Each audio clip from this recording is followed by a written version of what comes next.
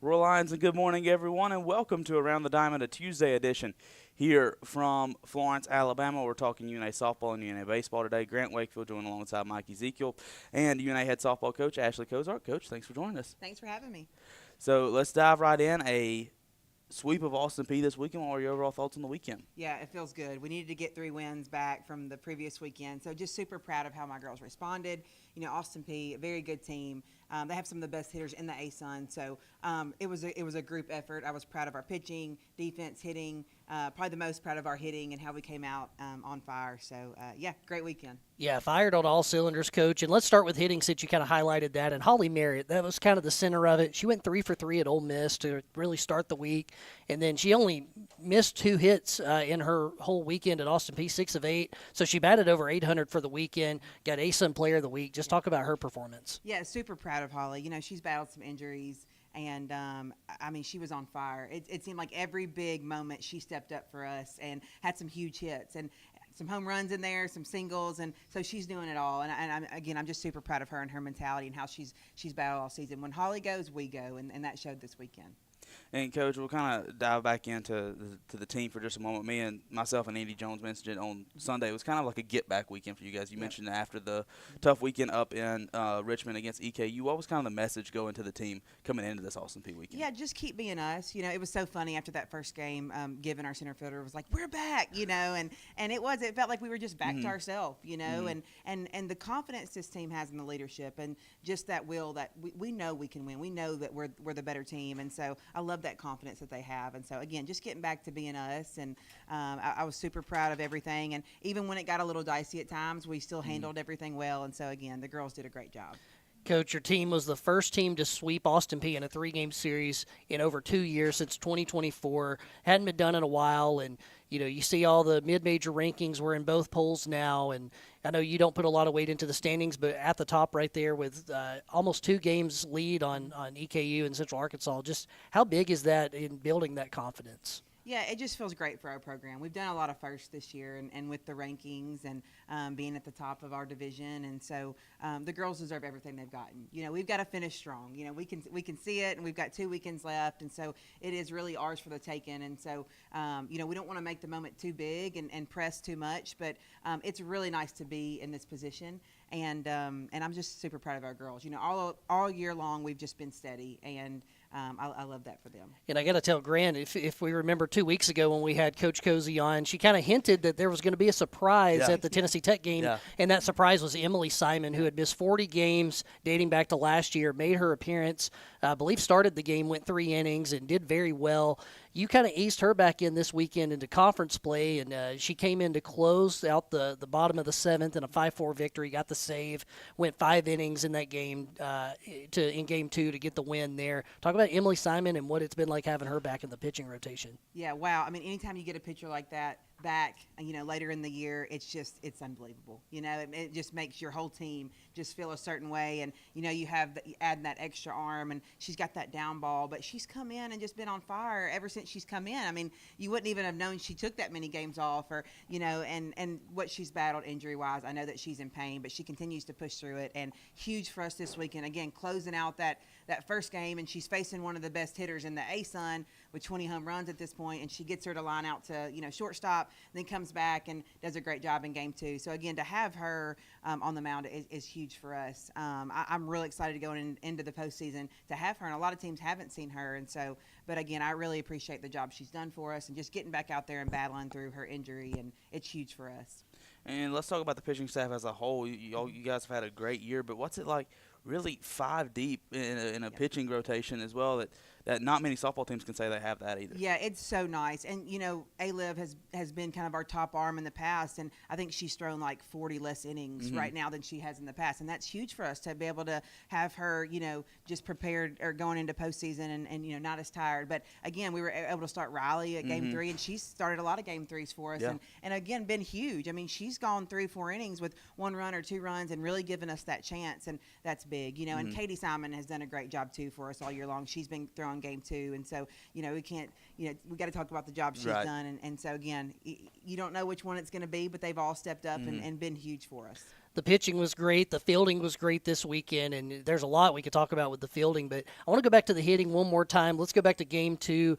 You had 4 home runs in 1 inning. And actually, the team hit for the inning cycle. If you go through all 9, you had Natalie Shaw's triple. I think it was Briley had a single, and somebody had a double, or Given had the single, I believe. And you just had everybody. 7 hits in that inning, 4 home runs, though. Just talk about what that inning was like. Yeah, it was exciting. Everybody loves doubles and singles, but when you hit the home run, it just gets you going. The dugout's coming out. You're meeting them at home plate. And so it's not only, you get that big run, but it's just the fire and the energy that it brings. And I've coached him for a long time. I don't know if I've ever seen 4 back to back to back. I mean, maybe 3, but it was really cool seeing that 4. And they were no doubters too, so that was cool. They were.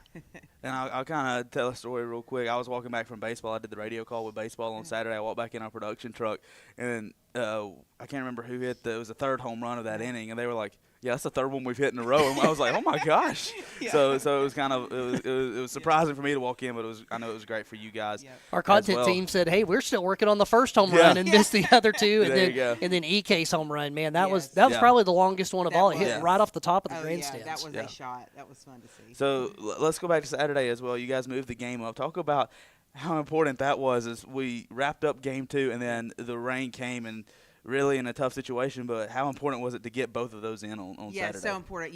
A nightmare for a coach is the rain starts coming and you're on defense and you're pitching and you're down 1 or 2. You got 1 more out. That's a scary situation, and so it really worked out perfectly. Again, Emily closed that game out, and I am glad we moved the games up because it did work out perfect. So huge to get those 2. You win the series. You can kind of relax a little bit going into Sunday. And so, that was a great day. For sure. I'd say relax for sure. You got the Mercy Rule win. I mean, just how it all stacked up there. You gave it the early home run to Bree Howard, who's one of the best home run hitters in the league, but come back, get a score of our own in the next inning, and then just to go and score 8 to get the Mercy Rule. And Natalie's final hit to walk it off. Just talk about that moment, too. Yeah, Natalie has been one of those quiet leaders, but like she has been huge for us in the not postseason, but as we go on to the end. But again, she's called almost every inning. The kid's tired, but she continues to find a way with her bat, with catching back there. She's just a huge part of it. And what I've loved about all season is that we have answered every time a team scored. We have answered, and I love that about us. One time we were, it was a close game, 0-0, and I said, I almost want them to score so we can answer right here. Yeah. But that's just been our team. They've just been cool, calm, and did what it takes. So. All right, Coach, we'll wrap up with this big weekend up in Conway this weekend against Central Arkansas. What's kind of the message to the team, and what can we see from Central Arkansas this weekend? Yeah, huge weekend, but I don't want our girls thinking that going into it. I want us to play loose and again, just be us. I think sometimes when we overhype it or we overdo it, that's just kind of when we get tight and nervous and we're thinking too much. Don't want to think too much about going into the weekend, but just know, like, we can't take an inning off. Every pitch matters, every swing matters, and we just got to bring it because we have put ourselves in a great situation. So again, just don't take anything off and give it all we got. And Coach, before we close it out, last thing for me, because we're standing here and because we won a national championship, I'm looking at the trophy right here behind you. It's kind of fitting we're down here and we're getting so close. And you talk about playing loose, staying yourself through the Central Arkansas series. You've already clinched a spot in the tournament, and obviously the goal is to win and to represent UNA in the NCAA tournament. But how do you stay focused as you go through that? And even though you're in a great spot, you just want to stay focused, I'm sure. Yeah, I think just going back and looking at our goals, our goal at the start of this season was we wanted to be at the top of our division, and we have a chance to do that. And so just continue to fight for that, and again, just be who we are. I look back at the national championship team, and they were so loose, and they're dancing, and they're having a good time, and that's what this team does. That's what makes this team go. And so, again, I'm just going to be there to motivate them and pump them up and make the lineup out, but they kind of coach themselves. This is just such a great team. So just being us. Well, Coach, we're looking forward to it this weekend. Big weekend in Central Arkansas. They're back home next weekend against Bellarmine for senior weekend. And, Coach, best of luck up in Conway. Yeah, thank you, guys. That's UNA head coach Ashley Cozart. Coming up next, we talk to UNA head baseball coach Jad Prachniak. More from Around the Diamond after this.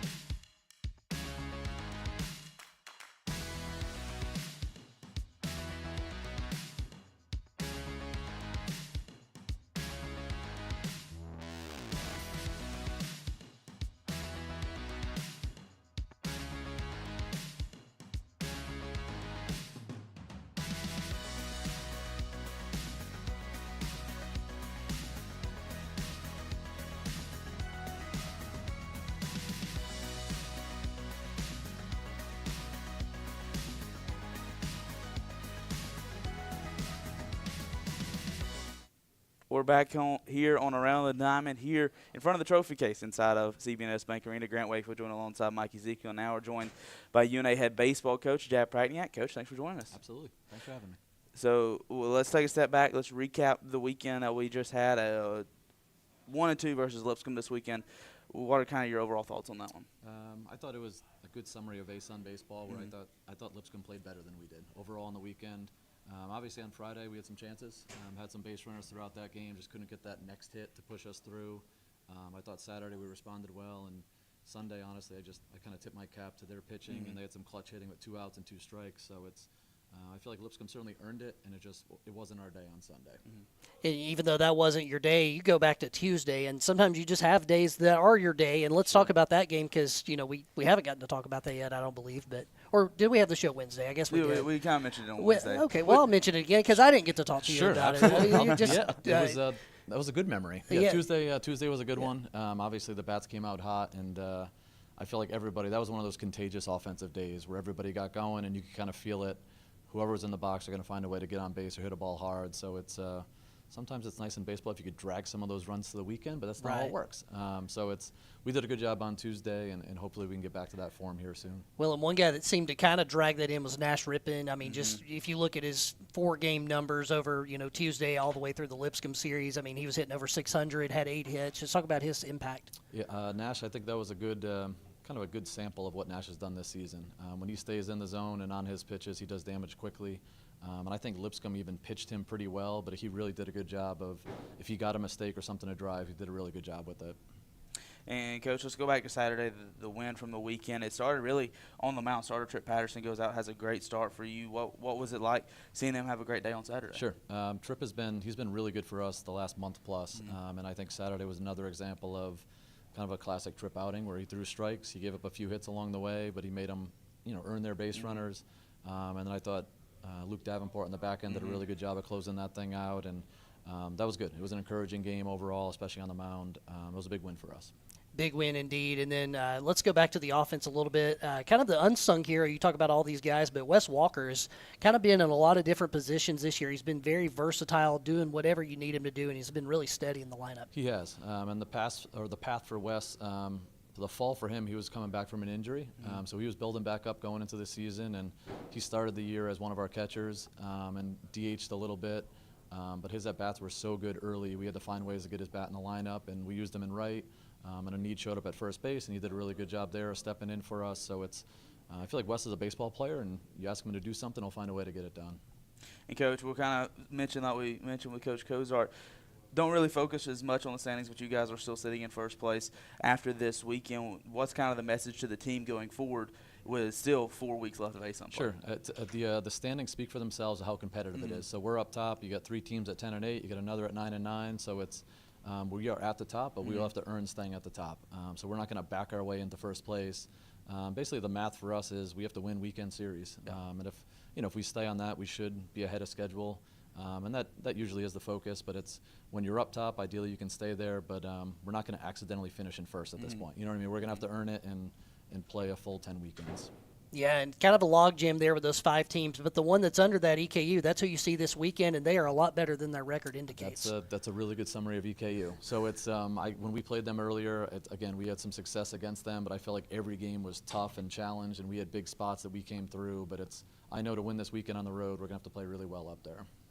All right, Coach, and what's kind of the outlook as we go into EKU, but also a midweek for you guys tomorrow night against Tennessee Tech? What's kind of the mentality and the outlook going forward? Sure. I think coming off the heels on Sunday, we're excited to get back on the field and have a midweek chance on Wednesday. This trip was kind of mapped out to shrink up the trip up to Richmond, so we'll play up in Cookeville tomorrow, spend the night up there, and then finish up the drive to get to Richmond. Even with the time change going up there, if you travel on Thursday, it just feels like a long day sometimes. I say long day, a long short day, because you lose an hour on the way. So we kind of like the way this trip is set up. It breaks it up. We'll have a chance to compete on the way and then be ready to go for the weekend. Yeah, a true road swing for your team this week, Coach. And final thing for me, we were kind of talking about this off air, but UNA softball first in their division, UNA baseball first in their division. I believe just a handful of schools right now that are first in their league or their division. Just talk about the vibe around that and kind of what that does, not just for your team's confidence, but also the community. Sure. I think it's fun. It's fun when the other sports are having success. It's fun for everybody. And I know Coach Cozart's done a great job, and they've won some trophies along the way, and for us, even as a Division I program, this is our first opportunity to defend that first place 6 weeks in. So it's fun to be a part of, and I think an elevated awareness of just where we are in the standings, and I think people are taking notice, and we feel like it's our responsibility to stay in the hunt and keep that thing going. So a road trip to Tennessee and Kentucky this week for UNA baseball. Tennessee Tech tomorrow night, Eastern Kentucky on the weekend. Go to RoarLions.com to get all of your information on that one. Coach, we appreciate the time. Best luck this weekend. Thank you. Thanks for having me. That's UNA head baseball coach Jab Pratniak, and that'll wrap up an abbreviated edition of Around the Diamond this week here on this Tuesday. For Mike Ezekiel, Braden Rogers behind the camera, I'm Grant Wakefield. Have a great day, and Roar the Lions.